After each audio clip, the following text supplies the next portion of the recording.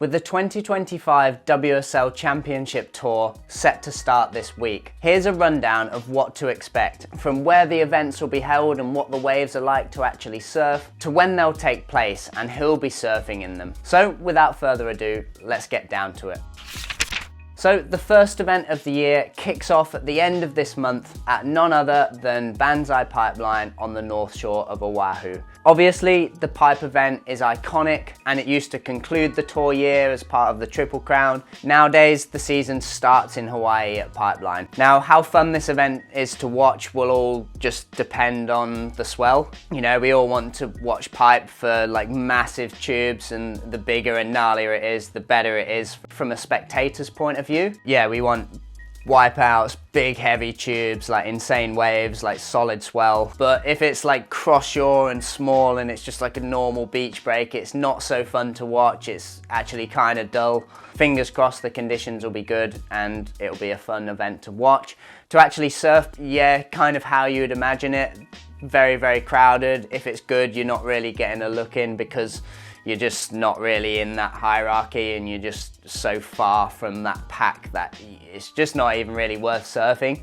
You know, unless you're gonna go there winter after winter after winter and put in so much time to get a few waves. Even then, you might not even get that many waves. Otherwise, I'd just leave it to the locals. It's cool to go and watch it, you know, especially if you're on the beach or in the channel. You can just see like these massive tubes and it breaks so close to the beach, like you can almost feel it. Next, the tour moves over to the Middle East for the first time in its history. This 3-day event will take place at the new Surf Abu Dhabi, which I haven't surfed yet, so I can't really give you a very detailed description of what it's like. Based on clips, it looks kind of like Kelly's pool, but maybe even longer and a bit better. I don't know, I think it looks like the same technology. Looks like a dreamy place to go and visit. I guess compared to other like ocean events, the pool events can be a little dull because everyone on the CT surfs so good. Like they all kind of surf it pretty similar. But if you want to watch like good technique and study it, it's a really cool event to watch for that purpose. So I'll definitely be watching for that. The third event of the year will take place in Peniche in Portugal, as it has done for the past few years. Now this event can be a bit hit or miss. They either get really like solid, chunky, like horrible waves that is obviously a lot better to watch for us, but to surf, I'm sure it's pretty tricky. Otherwise, it's kind of just that fun, like punchy beach break for turns, which is kind of what it's like most of the time. You know, they're heading there in March, so it's like the end of March as well, so like kind of the end of the main winter season. That will hopefully coincide with like some good swell and like good winds. There's quite a lot of different criteria that have to come together for Super Tubos to be like really good. You know, you need like good sandbanks, good winds, good swell direction, all that kind of stuff. I don't know if you guys have actually surfed it much. I've surfed it a few times and it's usually like really crowded, quite shifty, quite rippy, so can be a tricky one to like have a really good surf. But yeah, on any given day, you've got like punchy waves for turns, if nothing else. You get a few like head dips. On more solid days, it gets a bit more serious. It's a lot heavier. You've got like the local pack. So hopefully they get some really good swell and we're watching them in some solid, like thick, heavy, like sandbar waves. As has been the staple these last few years, the tour will then head back to Surf City, El Salvador between April the 2nd and April the 12th. I guess the first few years El Salvador was on tour, it was quite small and we didn't really see Punta Roca at its full potential. However, last year it was a lot bigger, they had decent swell and the waves looked pretty fun, to be honest. Now the event will happen at Punta Roca, and yeah, I guess because it's quite a soft, like mellow point break, it can be a fairly boring event to watch because it's, again, kind of like the wave pool event. It's just like this soft right where you can just kind of do anything and everyone's surfing so good. It's hard to like differentiate, but you know, it's a really fun wave. I've surfed it a few times and it's a really sick wave to surf, like for us. It's like a soft wave so you can kind of do anything on it. It needs like a little bit of swell to be really good. If it's smaller, it's a bit shit. It kind of just like runs along these rocks and there's all these like boulders that are popping out, so makes things a bit interesting and like kind of hard to like concentrate on doing turns when you've got all these boulders and boils popping up in front of you. But yeah, really fun wave to surf, really warm water. Obviously it's really hot there. It's got like a lovely canvas and it's a really enjoyable wave to surf, but there's usually like 30-40 people out if it's good, so can be a bit of a battle getting waves. Next, the tour will head back over to Bells Beach, so the longest running surf contest out there. While Bells gets a bit of stick as sort of a bit of a burger on tour, and it's generally like not the most interesting event to watch because again, it's like a soft, fat right-hander, so people are just doing like carves and off the tops and stuff. Despite that, there have been so many like cool historic heats go down there. It's got a lot of history to it, and so many wicked events have happened there in the past that I really like watching it when it's solid and you know, it becomes a bit more unpredictable and you've got this like wild, like open ocean right. We saw a few years ago where like Italo got washed over like the button down to Winky and it was like all this like hectic scenario.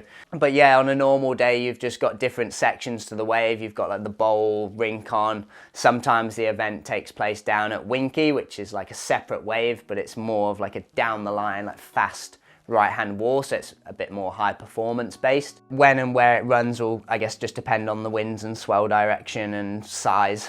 To actually surf, you know, it's a really, really fun wave. I feel like it suits the surfing that I do or try and do. It's like just all about sort of like carves and like nice sort of flowy surfing. Winky's more high performance, obviously because it's so famous, like that Torquay area, it's all really, really crowded. But it's one of them, you kind of just have to get amongst it and go and get waves, just surf all day and you'll get a few waves. So Snapper Rocks is making a return to the World Tour. The last few years it's just been part of the Challenger series and in those events they've had like really fun, like nice conditions, so I think they've just stuck it back on tour, which is really, really cool. Another right-hander, so yeah, lots of rights so far on the tour. They used to always have the Snapper event in sort of like March, April sort of time, but now it's been moved later in the year into May, so hopefully they get some really good waves for it. Kind of out of that main cyclone sort of season, but you still get really nice conditions and swells in April, May, so still a good time to have the event, as evidented by the Challenger series the past few years. As for surfing it, it's yeah, probably less fun. Obviously the waves are amazing, I've had some really fun waves there, but I've also had like the worst surfs of my life out there as well. Just days when, you know, it's been really rippy, really crowded and you've just like floated around. I think one time I got in at the top by the rocks at Snapper and then I was just paddling and paddling. The rip was like tearing down the point because it was like south swell. So many people and not like super consistent. So I just couldn't get a wave and then I got so tired. I just got dragged all the way down, like, and I was still paddling all the way down through like the little Marley section, through Rainbow Bay, through Greenmount. And then I think I like just got out and gave up and wanted to just cry because it was like that bad. But then other times I had like really, really fun waves there. But yeah, I don't think it's for me anymore out there. So yeah, it's a spot that's kind of unrivaled in terms of the volume of surfers out at the break at any one time.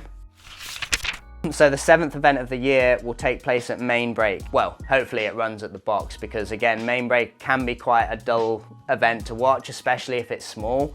Again, I quite like it when it's like solid because it's basically this big open ocean wave and it's like a long paddle out. It's when you're surfing out there, it always feels like you're gonna get cleaned up, which you are. You know, it's like this big oversized A-frame peak, and once you've surfed it, it's really impressive to see how the CT guys and girls surf it, like, you know, actually attack it, especially on that right that finishes on the dry end section. You know, most people aren't really doing that surfing out there. Traditionally, you would surf the left, which is longer and fatter.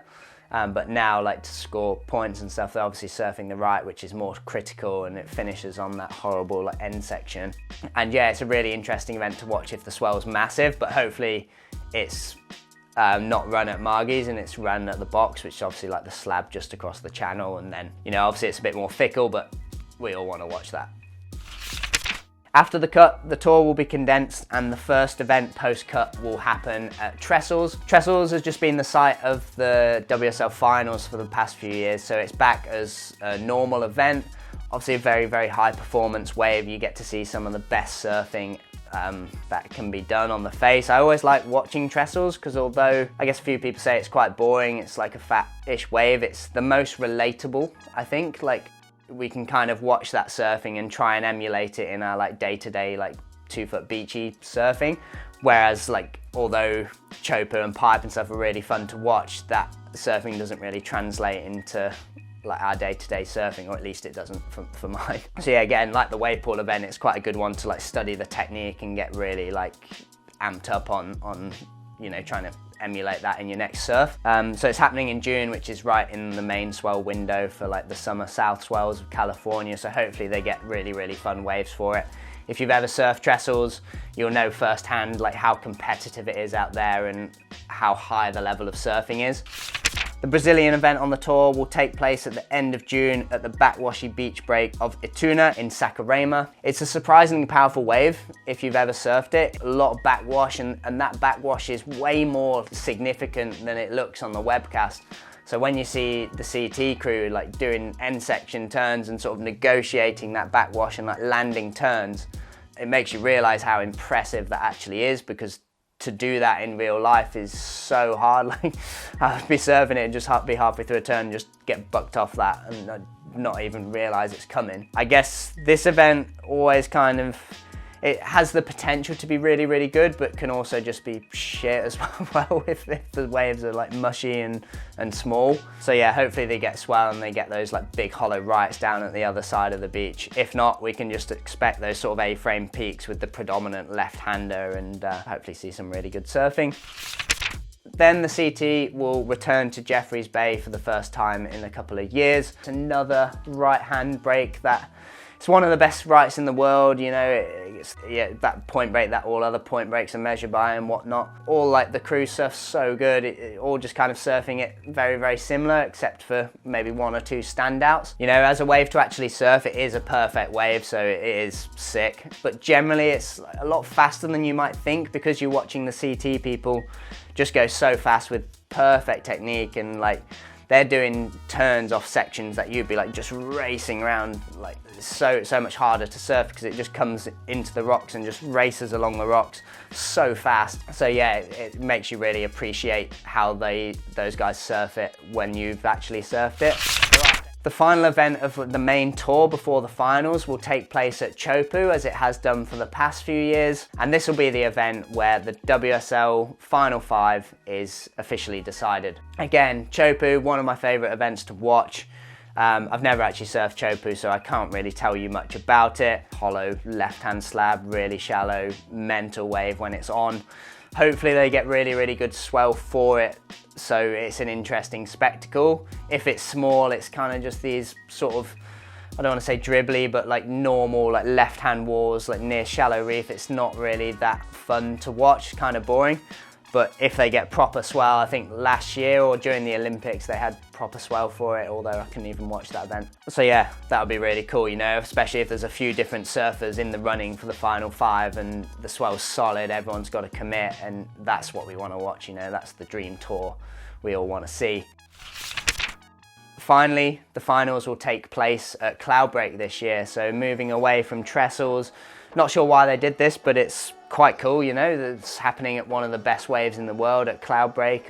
You know, this is really interesting. Again, hopefully they get really, really good swell and it's just sort of like freight train left, so it's really solid. If it's just like head high as well, it's still that like real high performance canvas where you've got tube sections and they've got to like link it up with big turns and maneuvers as well. But we all want to see just sort of that 8 to 10 foot like freight train in like Cloudbreak, really, don't we? Obviously it's a world-class wave, can be pristine, perfect. When I've surfed it, I didn't actually like it. It was a little bit big for me and it was very, very shallow and quite like sectiony and pretty hard to surf, I found, but would like to go back and surf it maybe on a different swell. So yeah, there was a lot of re-qualifiers in the CT this year, but yeah, a few new faces as well. Joel Vaughan, Vahini, Ferrero. Let me know what you think of the tour this year and let me know of your experience of surfing these different venues. You know, as like a more normal surfer, it's really easy to watch the best guys and girls in the world, but then when you actually go and try and surf it, you're like, oh, actually this is a lot harder to surf and not as fun as I first thought. But yeah, looking forward to watching everything go down this year. I hope you've enjoyed this little breakdown. For now, it's goodbye from me and I'll see you in the next episode.